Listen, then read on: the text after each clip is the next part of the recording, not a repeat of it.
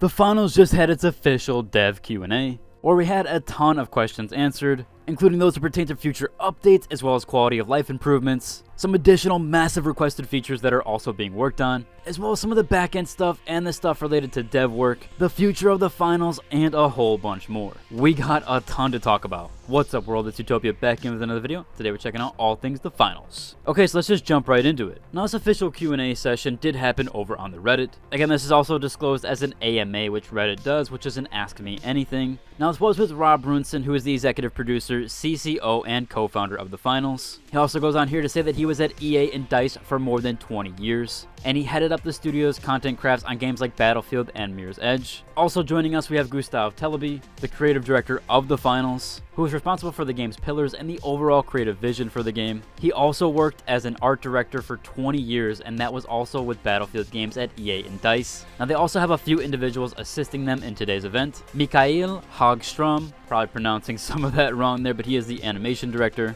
We also got Embark Dusty, who is the CX lead, as well as that patch notes and community livestream, Embark Oscar, who is the community lead. But let's just jump right into it. First up here, we have a major feature being discussed, and one that I talked about previously in my videos. Again, all these questions were asked over on the Reddit. This person went on here to say it can be really difficult to coordinate with people who refuse to join voice. Is the introduction of text chat planned? This response was from Rob, who said, "We know, we understand, and we agree. We're planning to add text chat during Season 3. So again, a really cool feature that's going to be coming in Season 3 potentially. Absolutely huge to hear. As I said, I went over it in my previous videos and really wanted this feature. Got another big question here about esports, where they say many players think that the finals is an exciting game for esports. Is there anything you can share about the potential esport futures for the finals? Is this on the radar for Embark?" Rob went ahead and answered this. He said, "Absolutely yes, this is on our radar." Another big question here, are there any ideas to place interactable objects on future maps, such as the crane that can be controlled? This was answered by Tilby, who said dynamicism is the key opponent in the finals, so wherever it makes sense, we will look to add more things like elevators, cranes, and the likes. They went on here to say that they want these interactable objects to have strategic uses as well. So not just implementing things out of the random, they want them to actually have a purpose. There was someone here that asked about the Unreal Engine and of course the Frostbite comparisons, seeing as these devs do come from DICE and EA.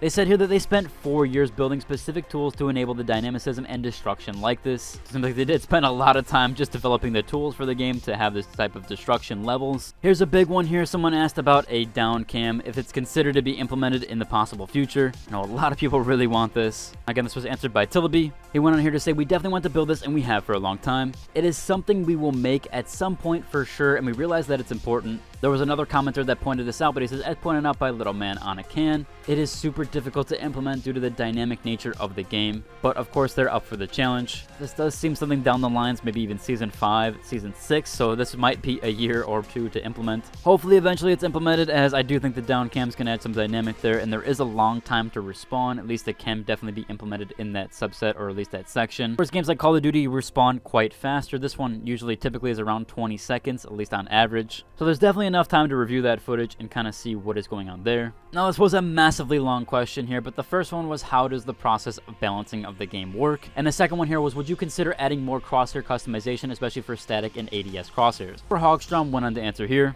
The first question here he addressed, we balance on different criteria, including data, internal playtest feedback, and external feedback. That's all of you. Wouldn't really say that we're balancing the game for fun over competitive, but we're trying to balance the game to be engaging and fun while supporting a wide range of strategies, tactics, and playstyles. Now he doesn't answer about the crosshair stuff, but Rob actually does come back here to answer this comment, where he went on to here to say, yes, we want all customizable crosshairs. We have a design laid out, and we'll try to implement more customizations in the future. So it seems like they're getting ready for a lot of stuff here, a lot of implementations of different things like text chat and this custom crosshair. Now, of course, people do want that career mode or career levels extended. Rob did answer here saying that in the long run, we don't want there to be an end to your progress, and in the future, we could add even more career levels. Here's a big one that's been discussed, which is on the player count stuff. Someone asked here, what are your plans to ensure the player base stays at a healthy level? They said they're committed to making the finals better for you guys. They also went here to say that they're making sure that they balance the game where there's something for everyone, from the hardcore competitive rank grinders to the casual gamers. And of course, they're going to work on that anti-cheat still. Having a safe game is crucial for them in the long run. Someone asked here about the back-end stuff, which is this series that they made with making the finals, the episode 1 capturing authentic sound. Episode 2 is from 2 months ago, and they ask if they will continue the series. Rob did go on here to say that yes, they will. Another big one here is, what is the future plans for the finals? Where do you see the finals in about 2 or 3 years? They went on here to say they have a long-term vision and plan, and and they are in this for the long haul. They're really just getting started. This was answered by 3 different individuals: Gustav, Rob, and Hogstrom. People have complained about being stuck at the cap 3000 VR currency or VR coins. Gustav went on here to say that they know this sucks, but there will be more uses for VR coming in the future, so stay tuned for that. Also, looks like we're going to be getting the finals merchandise, where Dusty went on here to say that soon everything has already been printed. So they gave away some t-shirts, so it looks like we're going to be able to buy those separately other than the giveaways. We had another unique question here asking about Scotty and June responding to in-game live events, where they said dynamic commentary would be awesome, but it's very complicated. We're experimenting with this, but we don't have anything ready right now. So it could be really cool if they get some stuff started with that. As we know, there's kind of some dynamic stuff with the voice lines. We had another big question here asking about larger tournament lobbies as well as pre-scheduled lobbies for tournaments. They said that tournaments are a core part of the finals, and they're working on some really cool, exciting changes that are coming already in Season 3. Someone did here ask about roadmaps and if there will be any potential releases for that, if they can get some future updates for that, or at least some future progress. They said here that they don't want to create or post roadmaps. Making sure the game is healthy and runs is their top priority. Here's a big one about the marketing and press, which is going on with the finals, where the answer here is saying it's true, we marketed fairly small so far. Building up the core audience, that's all of you, will do more with Season 3.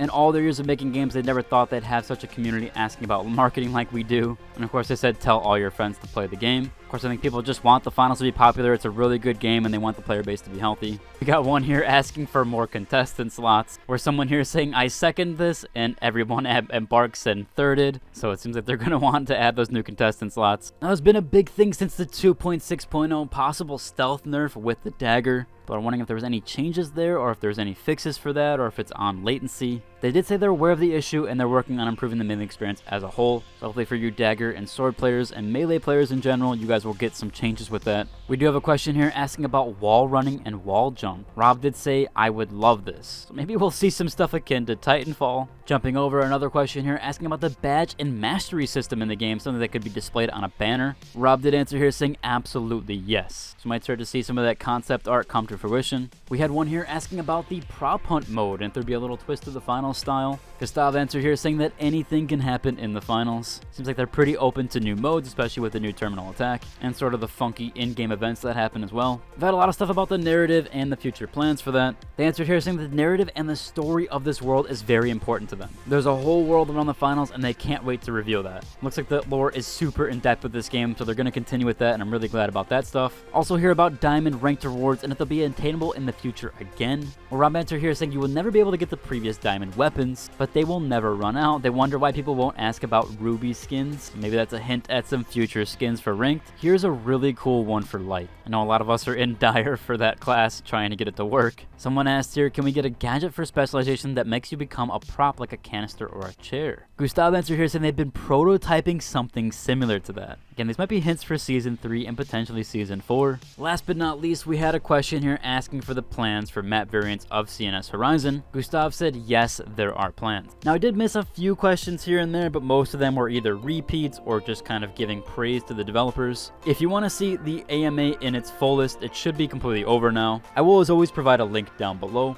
Of course, if you enjoyed today's video, like and subscribe, and until the next one, deuces.